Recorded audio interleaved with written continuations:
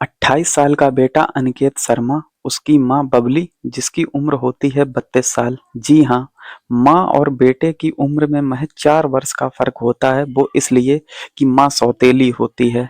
उन दोनों के बीच जब नजदीकियां बढ़ती हैं, दोनों एक दूसरे से हंस हंस कर बातें करते हैं, तो ये बात बाबूराम शर्मा जिनकी उम्र लगभग 60 वर्ष होती है, उन्हें ये बात बिल्कुल अच्छी नहीं लगती है कि उनकी अपनी पत्नी और उनका अपना बेटा एक दूसरे के काफी नजदीक आ रहे हैं। वो काफी मना करते हैं लेकिन अनिकेत नहीं मानता है। एक दिन बात इस हद तक बढ़ जाती है कि बाबूराम शर्मा अपने ही बेटे अनिकेत के ऊपर हाथ उठा देते हैं।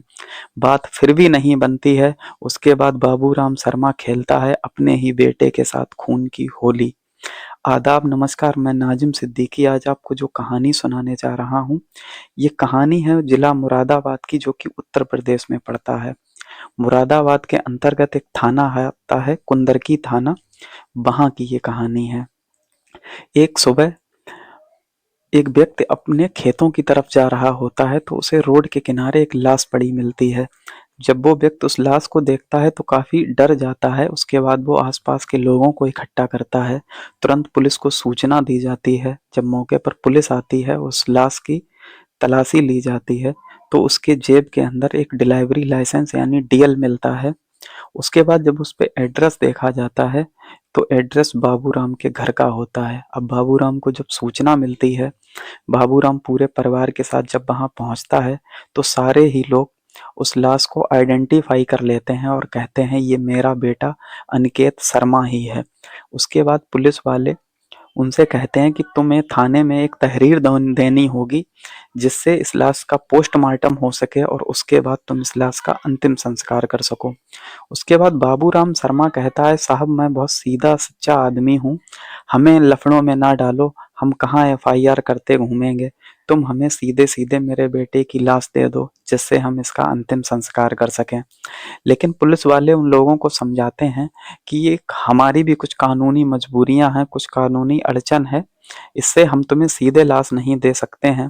ये पहली नज़र में तो एक रोड एक्सीडेंट का मामला लगता है, लेकिन क्या पता इसके साथ कोई हादसा भी हो सकता है।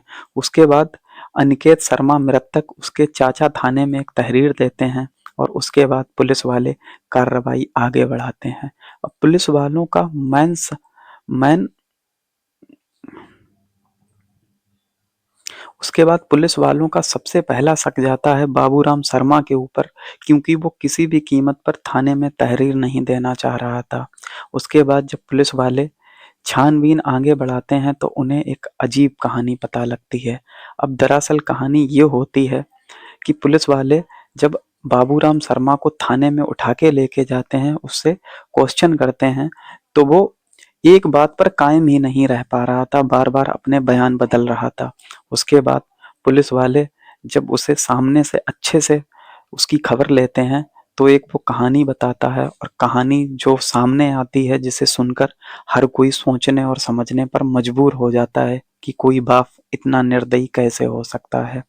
दरअसल कहानी ये थी कि 2013 में बाबूराम शर्मा की जो पहली पत्नी थी, जिनसे 2 बच्चे थे, अनिकेत और एक उसकी बड़ी बेटी, इन दोनों को छोड़कर उसकी पत्नी खत्म हो जाती है।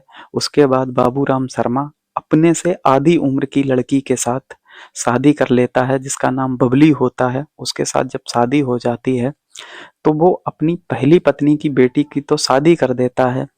इधर उसका बेटा पहली पत्नी का अनिकेत, वो भी बड़ा हो रहा था, वो भी जवान हो जाता है। जिसकी उम्र जब लगभग 28 साल होती है, तब उसकी अपनी दूसरी पत्नी की उम्र लगभग 32 साल होती है।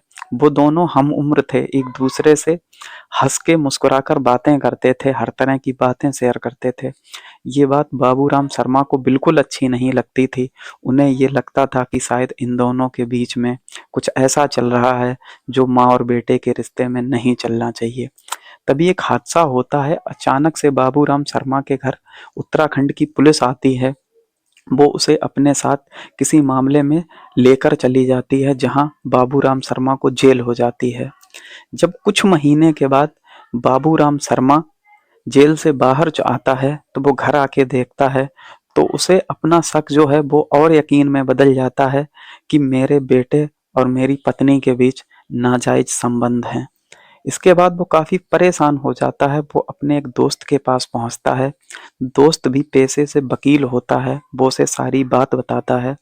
तो वो उसका दोस्त जो वकील होता है वो कहता है, तुम बिल्कुल सही जगह आए हो, तुम्हारा बेटा भी रास्ते से हटेगा और साथ ही साथ तुम्हें पैसे वाला भी बना कर जाएगा। अब ये बात जब बाबूराम शर्मा सुनता है तो वो भी मन ही मन खुश हो जाता है कि मेरे रास्ते का कांटा भी हट जाएगा और साथ ही साथ पैसा भी दे के जाएगा। अब वो दोनों एक प्लान बनाते हैं। वो सबसे पहले अनिकेत शर्मा का एक बीमा कराते हैं और बीमा भी छोटा मोटा नहीं, बीमा होता है 2 करोड़ 20 लाख रुपए का। अब उन दोनों के बीच में शर्त ये थी कि बीमा की जो किस्त होगी वो वकील चलाएगा और जब बीमा को क्लेम करने का वक्त आएगा तो आधा पैसा बाबूराम शर्मा अपने पास रखेगा और आधा पैसा वो वकील अपने पास रखेगा। इसके बाद 3 लाख रुपए में बाबूराम शर्मा अपने ही बेटे को मारने के लिए सुपारी देता है अरशद नाम के व्यक्ति को। अब उनके बाबूराम शर्मा के घर में एक दावत आती है। बाबूराम शर्मा के घर जब दावत आती है तो बाबूराम शर्मा अपने बेटे अनिकेत से कहता है कि बेटे, हमें और तुम्हें एक साथ चलना है, उस दावत में शामिल होना है। तो अनिकेत भी सहमति में सर हिलाता है और वो भी अपने पापा के साथ जाने को तैयार हो जाता है। अब रास्ते में बाबूराम शर्मा को 3 लोग मिलते हैं, एक वैगनार कार में होते हैं। वो 3 लोग कोई और नहीं, वही 2 लोग होते हैं जिसे बाबूराम शर्मा ने अपने ही बेटी की सुपारी दी थी 3 लाख रुपए। उसके बाद वो अपने बेटे से कहता है कि मुझे कोई काम निकल आया है, तुम इन लोगों के साथ चले जाओ, ये लोग भी उसी दावत में जा रहे हैं। उसके बाद वो तीनों लोग अनिकेत को अपनी गाड़ी में बिठाते हैं। उसे शराब ऑफर की जाती है, वो भी शराब के लिए हाँ कर देता है। जब वो नशे में हो जाता है तो उसके सर पर एक सलिया मारी जाती है जिससे लगभग लगभग उसकी डेथ हो गई थी। अब उन लोगों के सामने एक दूसरी चुनौती ये थी कि इसका मर्डर नहीं दिखाना है बल्कि इसका एक रोड एक्सीडेंट दिखाना है जिससे वो 2 करोड़ 20 लाख रुपए का बीमा क्लेम किया जा सके। इसके बाद ये लाश को वैगनार कार से बाहर निकालते हैं और उसके ऊपर गाड़ी चढ़ा देते हैं जिससे हर किसी को ये लगे कि ये मर्डर नहीं बल्कि एक रोड एक्सीडेंट था। अब उस लड़के की तो मृत्यु हो गई, प्लस वो तीनों कातिल पकड़े गए और उसके बाद बाबूराम शर्मा को भी अरेस्ट किया गया। इन चारों को तो जेल भेज दिया गया। पीछे छूट गई उसकी पत्नी बबली, जो शायद अब बेसहारा हो गई है। आज की कहानी में इतना ही। अपना ख्याल रखिए, अपनों का खूब सारा ख्याल रखिए। जय हिंद।